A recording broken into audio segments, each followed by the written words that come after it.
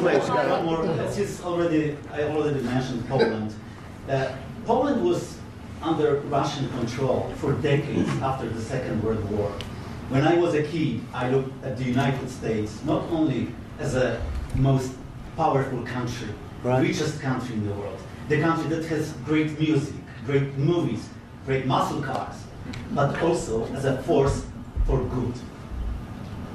And now I'm talking with my friends in Poland, and they are worried that you align yourself too much with Putin. What's your message for them?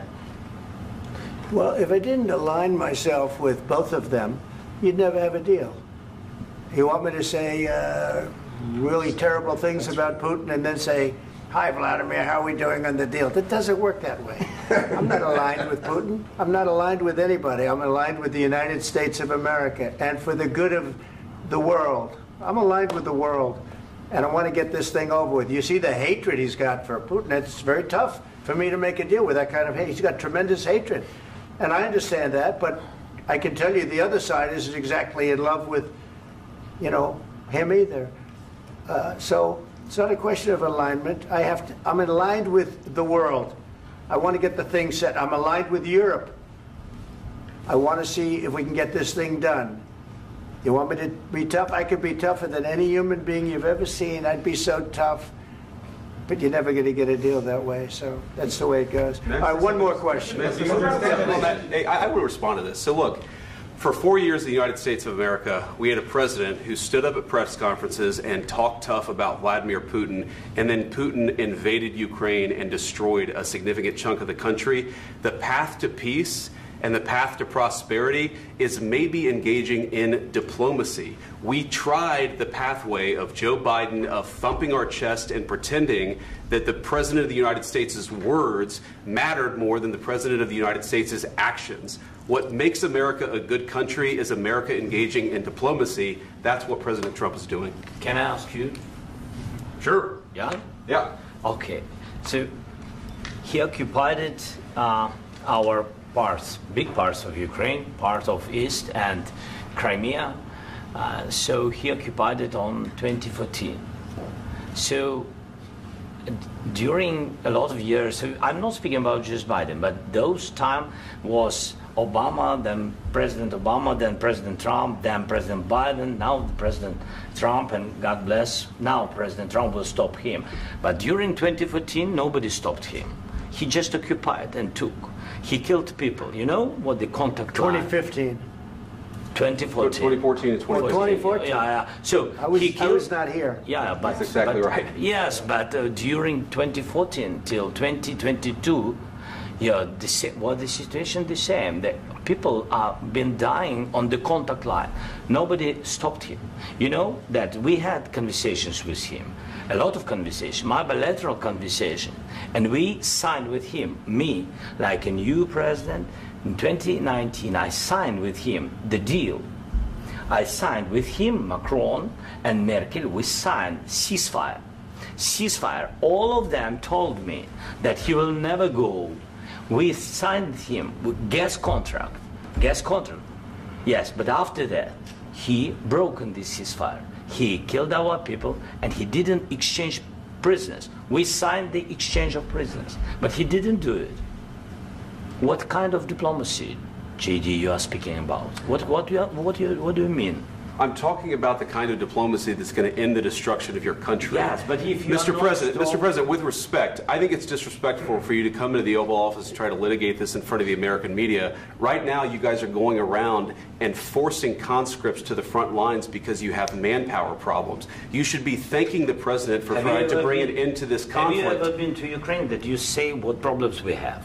I have been to. Count once. I've actually watched and seen the stories, and I know what happens is you bring them on a propaganda tour, Mr. President. Do you disagree that you've had problems bringing people into your military? We have problems. And do you think that it's respectful to come to the Oval Office of the United States of America and attack the administration that is trying to prevent the destruction of your country? A lot of questions. Let's start from the beginning. Sure. First of all, during the war, everybody has problems, even you, but you have nice ocean and don't feel now, but you will feel it in the future. God bless. You don't know that. God bless. God bless. You will not have a war. Don't tell us what we're going to feel. We're trying to solve a problem. Don't tell us what we're going to feel. I'm not telling you. Because you're in no position to dictate that. That's exactly what you're doing. You're in no position to dictate what we're going to feel. We're going to feel very good. You will feel influence. We're going to feel very good and very strong. You will feel influence. You're right now not in a very good position. You've allowed yourself to be in a very bad position, and he happens to be right about it. From the very beginning of the war. You're not in a good position. You don't have the cards right now. With us, you start having cards. Right now, you don't. You're playing cards. You're playing cards. You're gambling with the lives of millions of people. You're gambling with World War III. You're gambling with World War III.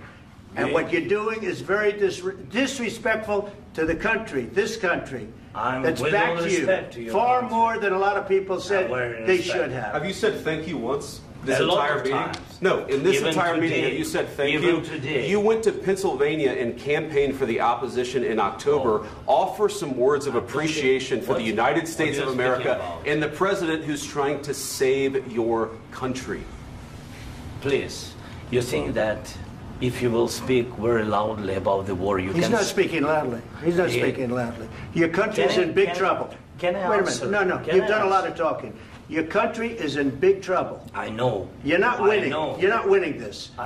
You have a damn good chance of coming out okay because of us. Mr. President, we are staying in our country, staying strong from the very beginning of the war. We've been alone, and we are thankful. I said thanks you haven't in been this alone. cabinet. You haven't been alone. In this cabinet. We gave you, through this stupid president, $350 billion. We gave you military equipment, and your men are brave, but they had to use our military. If you didn't have our military equipment, this war would have been over in 2 weeks. In 3 days. I heard it from Putin. In 3 days. This is something maybe less. In 2 weeks. Of course, yes. It's going to be a very hard thing to do business like this. Again, I tell you. Just say thank you. I said a lot of times to American people. Accept that there are disagreements, and let's go litigate those disagreements rather than trying to fight it out in the American media when you're wrong. We know that you're wrong. But you see, I think it's good for the American people to see what's going on. I understand, sir. I think it's very important. That's why I kept this going so long. You have to be thankful. You don't have the cards. You're buried there. Your people are dying. You're running low on soldiers. Listen, you're running low on soldiers. It would be a damn good thing. And then you tell us, I don't want a ceasefire. I don't want a ceasefire. I want to go, and I want this. Look. If you could get a ceasefire right now, I tell you, you take it so the bullets stop flying and your men stop getting killed. Of course, we want to stop the war. But you're saying you don't want a ceasefire. But I said to you, I want a ceasefire. With guarantees. Because you'll get a ceasefire faster than an agreement. Ask our people about ceasefire, what they think. That wasn't with me. That wasn't with me. That was with a guy named Biden, who was not a smart person. That was with Obama. It was your president. Excuse me. That was with Obama, who gave you sheets, and I gave you javelins. Yes. I gave you the javelins to take out all those tanks. Obama gave you sheets. In fact, the statement is, Obama gave sheets and Trump gave javelins. You got to be more thankful. Because let me tell you, you don't have the cards. With us, you have the cards. But without us, you don't have any cards. One more question to Mr. Vice President. I'm sorry. It's going to be a tough deal to make because the attitudes have to change. What if Russia breaks ceasefire? What if Russia breaks peace talks? What do you do then? I understand that it's a heated conversation right now. What are you saying? She's asking, what if Russia breaks the ceasefire? What if anything? What if a bomb drops on your head right now? Okay? What if they broke it? I don't know. They broke it with Biden because Biden, they didn't respect him. They didn't respect Obama. They respect me. Let me tell you, Putin went through a hell of a lot with me. He went through a phony witch hunt where they used him and Russia. Russia. You ever hear of that deal? That was a phony Hunter Biden, Joe Biden scam. Hillary Clinton, Shifty Adam Schiff. It was a Democrat scam. And he had to go through that. And he did go through it. We didn't end up in a war. And he went through it. He was accused of all that stuff. He had nothing to do with it. It came out of Hunter Biden's bathroom. It came out of Hunter Biden's bedroom. It was disgusting. And then they said, oh, the laptop from hell was made by Russia. The 51 agents. The whole thing was a scam. And he had to put up with that. He was being accused of all that stuff. All I can say is this. He might have broken deals with Obama and Bush, and he might have broken them with Biden. He did, maybe. Maybe he didn't. I don't know what happened. But he didn't break them with me. He wants to make a deal. I don't know if you can make a deal.